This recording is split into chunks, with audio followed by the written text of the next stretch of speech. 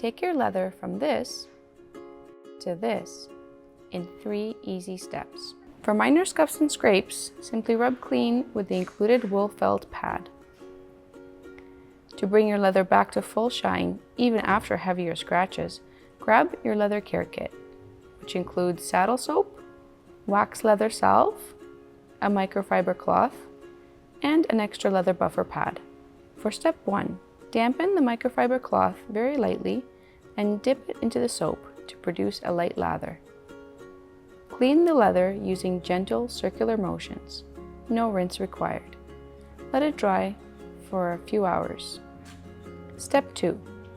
Using a microfiber cloth, create a small divot in the center of the leather salve and use a swirling motion to loosen the conditioner to a smooth consistency. Apply directly onto the leather in an even coat using smooth, light strokes. Let dry until the salve begins to look a bit cloudy and has formed a thin wax layer, indicating full absorption. See how easy it is to restore your leather from this to fresh out of the box beautiful. With just a few simple steps, keep your leather lustrous and like new for decades to come.